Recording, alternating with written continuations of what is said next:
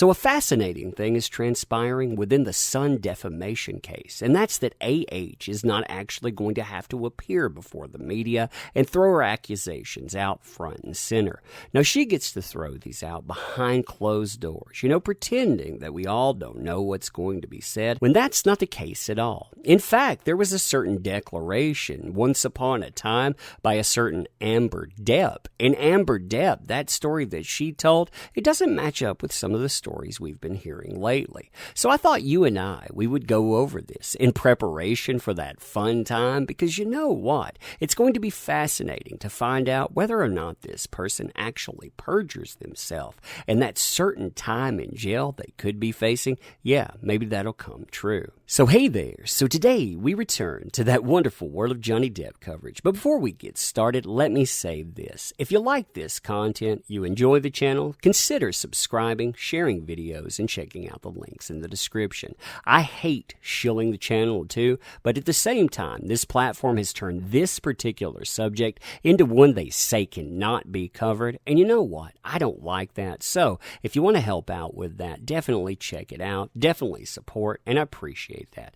Also, I'm going to put something at the end here talking about people that actually need stuff, so stay tuned toward the end. Thank you. So earlier today, I was looking through articles and I ran across this, and I found this to be quite fascinating because a certain person that loves throwing Johnny Depp under the bus, they get to do it behind closed doors. Now, the article is interesting here because Depp's lawyer talks about AH saying that she loves using salacious claims to draw attention to her case and questioned her desire to give parts of her evidence without journalists in the room. Said, quote, she hasn't sought anonymity, quite the opposite, and noted in this that her accusations, they would be proven to be outright lies and that they would need to be scrutinized very carefully. He argued that the decision to identify as a prominent member of a certain hashtag movement out there and publicly take part in the UN's events about a certain type of violence meant that this person could not later request privacy when giving evidence. Is it really the case that she is so distressed that it is necessary for the principle of open justice to be overturned? He later added here, he, Depp, is in the worst of all worlds, where it is said very publicly that he's committed these acts out there, but the details of them will be heard behind closed doors. Luckily for you and I, as scrutinizing members of this fine, wonderful audience, and welcome to it, I appreciate all of you, we have this declaration from one Amber Depp talking about John Christopher Depp II, aka Johnny Depp. Now this thing, it is a request for a restraining order. Also, it's a request for spousal support, exclusive possession of a specific residence, and also exclusive possession of a Range Rover and attorney fees. Now, this goes in, I'm basically going to paraphrase the beginning here, saying that they got together around 2012. They didn't have any children, and man, I bet Johnny Depp counts his blessings every day there, and that throughout the entirety of the relationship, because Johnny Depp had a history with drug and alcohol abuse. Basically, he was paranoid, he was delusional, he was aggressive, and things, they just spun out of control. Now, because of this thing says, I'm extremely afraid of Johnny and for my safety. I am petrified he will return at any moment to that residence to which he has full access, despite my repeated pleas to his security team to prevent otherwise and to protect me if that restraining order is not immediately issued. Strongly believe that in addition to this, he should be required to go through anger management courses and have a batterer's intervention program. Again, imagine being the person this is happening to and being forced to go through this. So what we're going to talk about is April 21st, 2016, and we're also going to talk about May 21st, 2016. Now, April 21st, 2016, this will become known as Poopgate in other videos if you've not checked those out. It is absolutely insane. So on April 21st, 2016, I celebrated my birthday with my friends at the blank residence.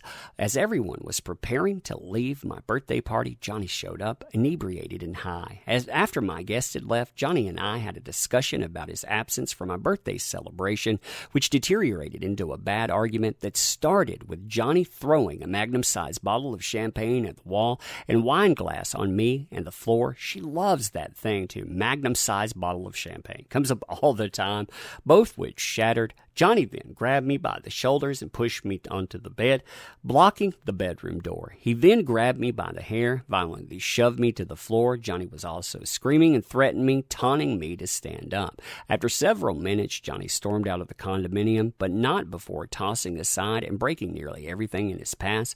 I did not see Johnny again for another month. Now, some interesting things have been accused behind the scenes. Apparently, Johnny says, anyway, on April 21st, he comes in. He's late to the party. After the party, he sits down, because he's tired. He's reading a little bit. He's punched in the face so many times that he basically has to leave the residence. His security team, they escort him out. The day after, you have Poopgate, which basically is AH and friends decide they're going to leave for Coachella. But before they do, they drop a deuce on his bed. The estate manager ends up having to deal with that because the house cleaner texts him about it. I have an entire video on that. It is absolutely insane if you've not checked it out. But yeah, it basically leads into May 21st. So, May 21st, he arrives at the residence at approximately 7:15. He's inebriated and high. At the time of his arrival, they're friends. Now, these friends are here and yet not here in this. You'll notice Elizabeth Martz is present. Raquel, I'm going to say Raquel, maybe I'm getting that wrong, maybe it's Rachel or something, Pennington, and her fiance, Josh Drew, whom they're not together very much, and Josh Drew has some interesting things to say about this person, too. Lived in the adjacent apartment, freeloading, basically, at the residence. When Johnny arrived at first, we were having a peaceful conversation in the living room, talking about his mother's passing, as I tried to comfort him, as we sat on the couch. Yes, this happens right after Johnny Depp's mom dies. That is insane. Within 2 days of the passing, there's the separation. 3 days after, petition for divorce and all of these accusations. Suddenly, he began obsessing about something that was untrue. This is Poopgate here.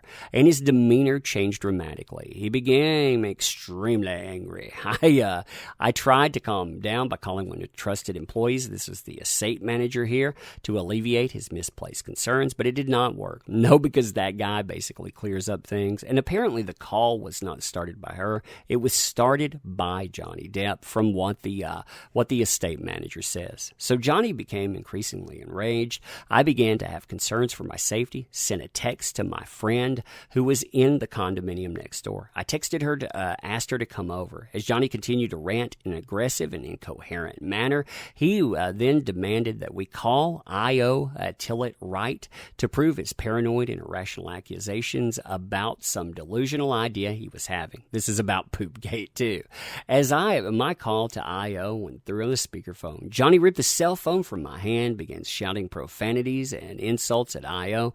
I heard I.O. yell to me to get out of the house. Johnny then grabbed the cell phone, wound his arm up like a baseball pitcher, threw the cell phone at me, striking me in the cheek and eye with great force. Now, of course, it was so much force that it doesn't show up for days until, 5 days later, she decides she's going to go out and get all of these orders. Then the bruising and stuff shows up. But 87 videotapes, they don't show any of that. So just a note. I immediately covered my face and was crying because of the pain resulting from the phone hitting me. Johnny charged at me, insisting on seeing my face. He taunted me, challenging whether or not the cell phone actually hit me. Then he forcibly pulled my hair as I attempted to stand up from the sofa. I then yelled, "Call 911," hoping it would be heard by I.O., who was still on the phone. Johnny continued screaming at me, pulling my hair, striking and violently grabbing my face. This person, they entered the condominium using a key I'd provided for them. I then escaped Johnny's grasp as he momentarily seemed distracted by this person's entrance. Now, the problem with this is that there are two security personnel standing outside the door. But interestingly enough, there are actually adjoining rooms where you can go through other rooms. So the way she says she comes in through the hallway, yeah, it doesn't happen. She actually was hiding in what they call a closet, which is basically another room. But I digress. So Johnny then, he charges again. After I had moved to the other side of the room, that person ran in between us and begged Johnny to stop. He then slapped away her arms, and she had extended in a defensive manner and continued to yell obscenities at her. I retreated to the couch. They came over to cover me in a protective posture, while Johnny then picked up a magnum-sized bottle of wine he had been drinking out of, started swinging it around, smashing everything he could. Now, noting this, too, there was no damage in the house when the cops come over, no damage to the person themselves in AH, so yeah. Johnny then stormed at me once again, demanding that I get up and stand. He did this about 10 times, getting closer to me, loudly and threatening each time. His security team, that included Jerry Judge, entered the condominium at this time, but they stood back without saying or doing anything. I yelled to Jerry to please help me and told me that if Johnny hit me one more time, I was going to call the police. I heard Jerry say, "Boss, please."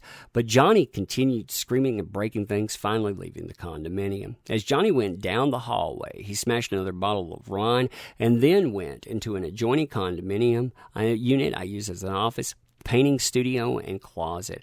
I could hear him destroying items of personal property as he continued screaming.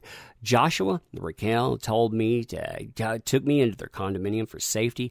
Eventually, I could not hear Johnny anymore. Collectively attached, Exhibit A, photographs depicting the injuries. I'm sure you've seen those. And those, of course, they do not showcase anything until after the fact. In fact, they have image filters on them if you look at them, which is insane. And here's where the blood sucking begins. I live in fear that Johnny will return to blank residence unannounced to terrorize me physically and emotionally. I require the protection of the court via issuance of the DB restraining order. There also have been several prior incidents of DV with Johnny in particular, and they named the December 2015 one where an estate manager also comes out and gives a different report to it.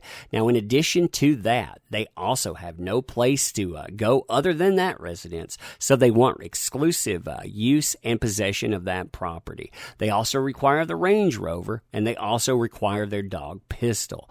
They also want money, because even though Johnny's extremely wealthy, he refuses to provide me any direct financial support, so they want $50,000 a month as and for spousal support based on marital lifestyle. $50,000 freaking dollars a month, $600,000 a year with that. So yeah, behind closed doors doesn't really matter because we know this story by now, and this story, it is absolutely insane. But anyhow, you tell me what you think about all of this. If you want some more in-depth, detailed stuff, we can go over other people's statements as well, because there's a lot of interesting stuff out there. I mean, we've just scratched the surface. But anyway, you tell me what you think about all of this. So to close, I want to say thank you for showing up. Thank you for participating. You make these endeavors possible. Sincerely, I mean that too. You know, your time is valuable. I don't want to monopolize it, but I definitely want to thank you for it. I also want to say, in this time of uncertainty, if you can't find basic necessities,